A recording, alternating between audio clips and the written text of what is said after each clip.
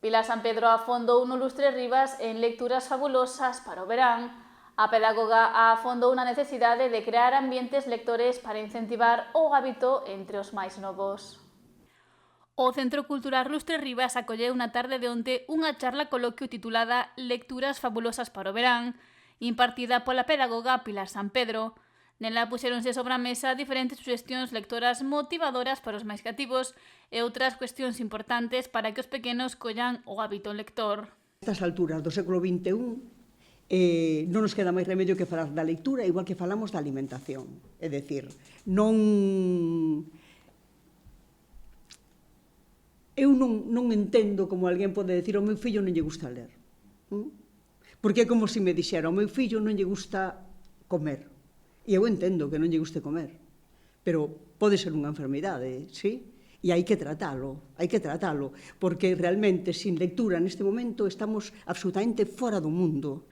Polo que apunta que é preciso traballar a lectura como se traballa a alimentación, dándolle o mellor aos máis pequenos. Non podemos darlle a un rapaz e a unha rapaza algo que a nós non nos guste, porque se a nós non nos gusta, está claro que a él tampouco lle vai gustar. E entonces, como facemos isto? Primeiro espertamos o placer pola lectura, facemos que lles guste. Despois creamos pouco a pouco o hábito lector. E na escola, sobre todo, traballamos a competencia lectora.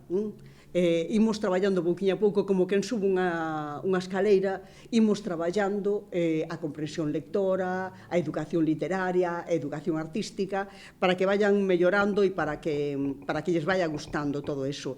E destaca tamén o importante papel que teñen as bibliotecas. É moi importante ter en conta que as bibliotecas se igualan.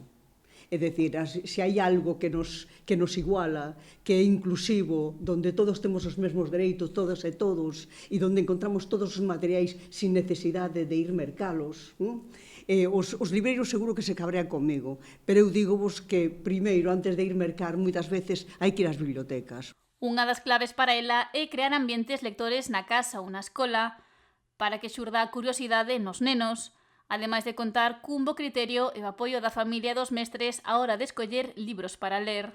Que se vayan acostumbrando a escoller, pero con cuidado, vale? É dicir, non é porque nós sexamos aí ditadores e non consintamos que eles teñan o seu propio criterio, é que realmente non o teñen formado. Entonces, cando non nos preparas, de alguna maneira, que pasa? Que é o mercado o que se fai cargo deles, non?